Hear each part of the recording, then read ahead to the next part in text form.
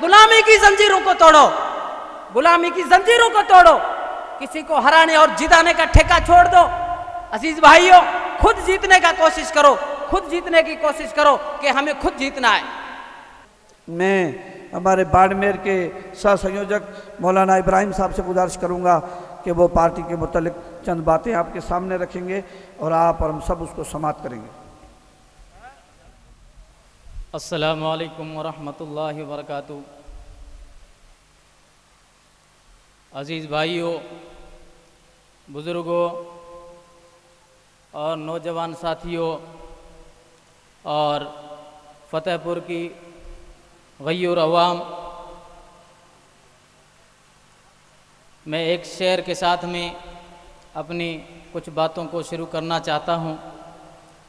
हर सिमत मचलती किरणों ने अफ़सों ने शबे गम तोड़ दिया, हर सिमत मचलती किरणों ने अफ़सों ने शबे गम तोड़ दिया, अब जाग उठे हैं दीवाने दुनिया को जगा कर दम लेंगे।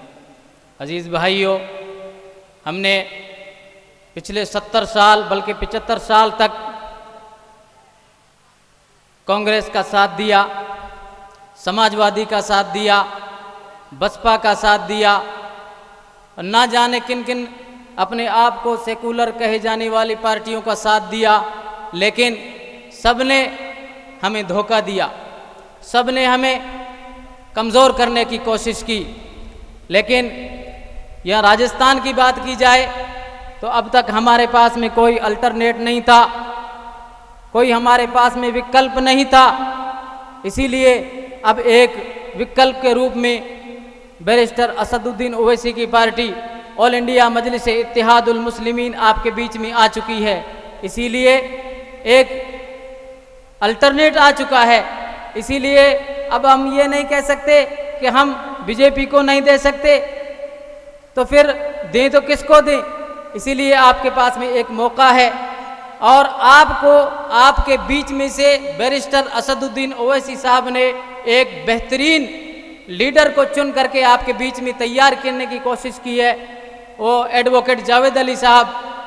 बल्कि मैं तो उनको मानता हूँ वो राजस्थान के शेर हैं, राजस्थान के अवैसी हैं। इसीलिए आप लोगों से गुजारिश है कि इस शेर को जिता करके विधानसभा में भेजाइए।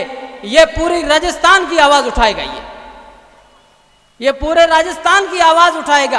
क्यों कि ये लॉयर हैं, एडवोकेट हैं, सब कुछ जानते हैं और पूरे मुस्लिम मसाइल के ऊपर इनकी स्टडी की हुई है, इसीलिए सब जानते हैं।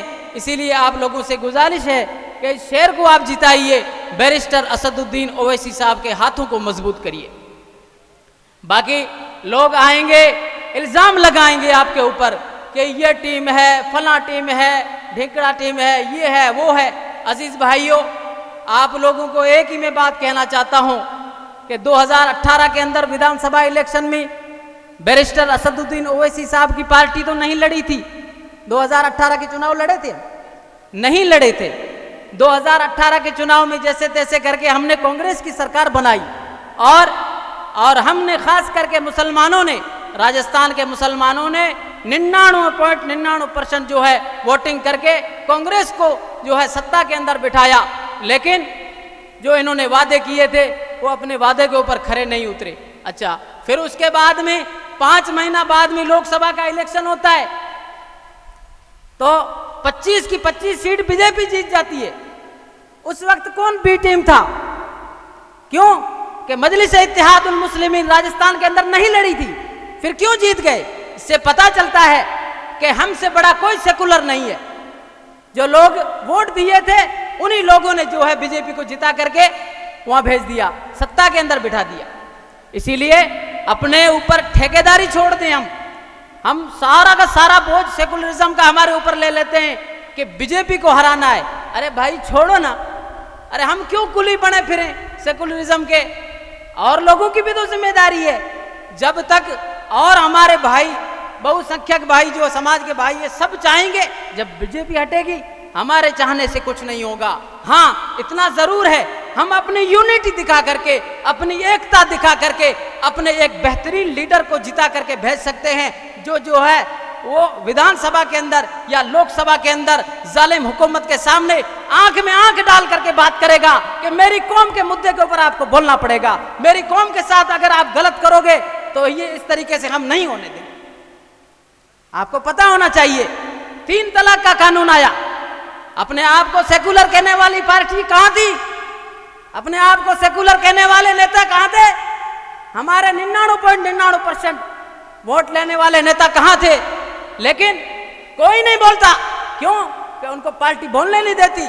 एक अकेला बेचारा खड़ा हुआ, दूसरा इम्तियाज जलील खड़ा हुआ, मजलिस इत्तेहादुल मुस्लिमीन के 2 MP खड़े हुए और कोई खड़ा नहीं हुआ। हत्ता के मौलाना असरारुल हक कासमी साहब कांग्रेस के बहुत बड़े लीडर थे, किशनगंज से जीत करके आते थे, उनको भी बोलने नहीं दिया। फिर वो बाहर बहस पूरी होने के बाद में बाहर आए तो मीडिया के सामने कॉन्फ्रेंस करके बोले कि मैं इस चीज़ के खिलाफ हूँ, ये जो कानून बना है इसके क्या के खिलाफ हूँ, इसीलिए मेरी पार्टी ने मुझे बोलने नहीं दिया। अरे ये हाल है इन लोगों का। आज राजस्थान की बात कर ले, 9 विधायक हैं। अरे बाबा, इनके पास कितना अच्छा चांस था। सरकार को क्या है कि जैसे घुमाते वैसे घूम सकती थी कि मेरी कौम के ये मुद्दे हैं, आपको हल करने पड़ेंगे, मेरी कौम के नौजवानों के ये मुद्दे हैं, आपको हल करने पड़ेंगे, नहीं करोगे तो हम जो है पार्टी से इस्तीफा दे देंगे। गलत को करने पड़ते काम, लेकिन ये गुलाम है। गुलामी की जंजीरों से क्या है कि इनके ये जकड़े हुए हैं, इनकी सोच जो है गुलाम बन चुकी है। इसीलिए मैं आप लोगों से कहना चाहता हूं कि गुलामी की जंजीरों को तोड़ो, गुलामी की जंजीरों को तोड़ो, किसी को हराने और जिताने का ठेका छोड़ दो। अजीज भाइयों, खुद जीतने का कोशिश करो, खुद जीतने की कोशिश करो कि हमें खुद जीतना है, हम अपनी पार्टी को मजबूत करना है, बैरिस्टर असदुद्दीन ओवैसी साहब के हाथों को मजबूत करना है जो हमारे लिए लड़ता है। सीए एनआरसी का कानून आया, कौन बोला? बैरिस्टर असदुद्दीन ओवैसी साहब। है कोई माई का लाल जो हुकूमत के सामने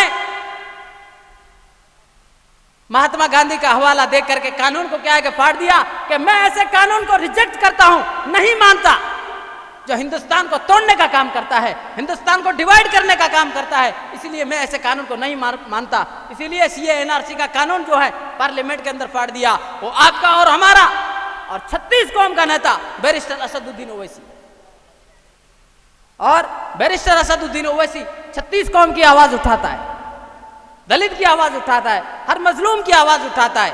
और अगर कहते हैं इत्तेहादुल मुस्लिमीन मुसलमानों की पार्टी, अरे भाई नाम से ही दिक्कत है, तो शिवसेना क्या है, अकाली दल क्या है? हमारी पार्टी बैरिस्टर असदुद्दीन ओवैसी की पार्टी, हमारी जमात चुनाव आयोग से रजिस्टर्ड पार्टी है कि नहीं? और यहाँ का कानून, यहाँ का दस्तूर जो है हमें इजाजत देता है अपनी बात रखने का, इलेक्शन लड़ने का, अपने समाज के मुद्दों को उठाने का। हर पिछड़े, अगड़े, शोषित, वंचित और दलित और मुस्लिम समाज 36 कौम की आवाज उठाने का हमारा संविधान हमें जो है इजाजत देता है। इसीलिए तकलीफ अपने वाला होता है, उसी को होती है। ये नहीं बोल सकते 9 के 9 विधायक है एकदम खामोश, क्यों? अगर बोल लेंगे तो टिकट का संकट आ जाएगा, टिकट नहीं देंगे। अभी कोई जयपुर के चक्कर काट रहा है, कोई दिल्ली के चक्कर काट रहा है। अरे भाई क्यों चक्कर काटते हो? आओ हमारे स्टेज के ऊपर, आओ हमारे प्लेटफार्म के ऊपर, आपका खुद का ये प्लेटफार्म है, हम आपको कंधे के ऊपर बैठाने के लिए तैयार हैं, आओ ना, क्यों धक्के खा रहे हो? इसीलिए बैरिस्टर असदुद्दीन ओवैसी साहब के हाथों को मजबूत करिए।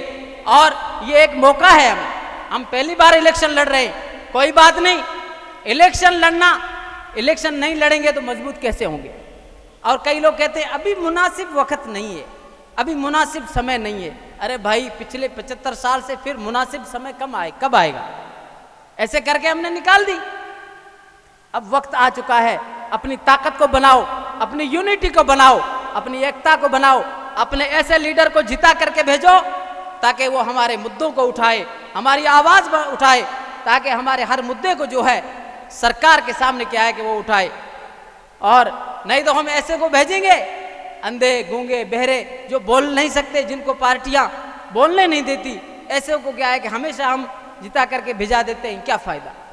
इसीलिए अपने को सोचने का है।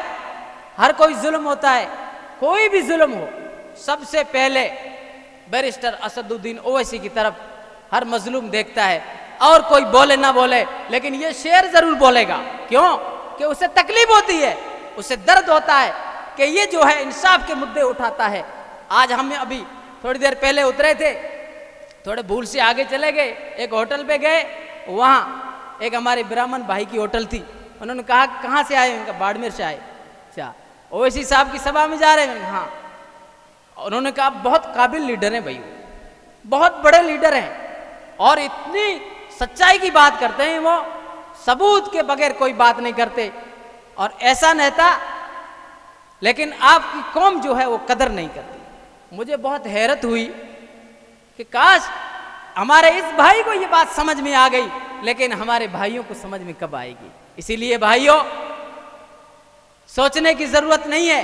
सोचोगे तो बहुत अंदर क्या है कि बातें आएंगी, लेकिन यहाँ जो है वो कूदना है कि एक बार जो है मजबूत कर लें बैरिस्टर असदुद्दीन ओवैसी साहब के हाथों को।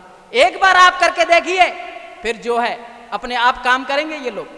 अब आपको मैं बताऊं, राजस्थान के अंदर मुसलमानों की आबादी कितनी है?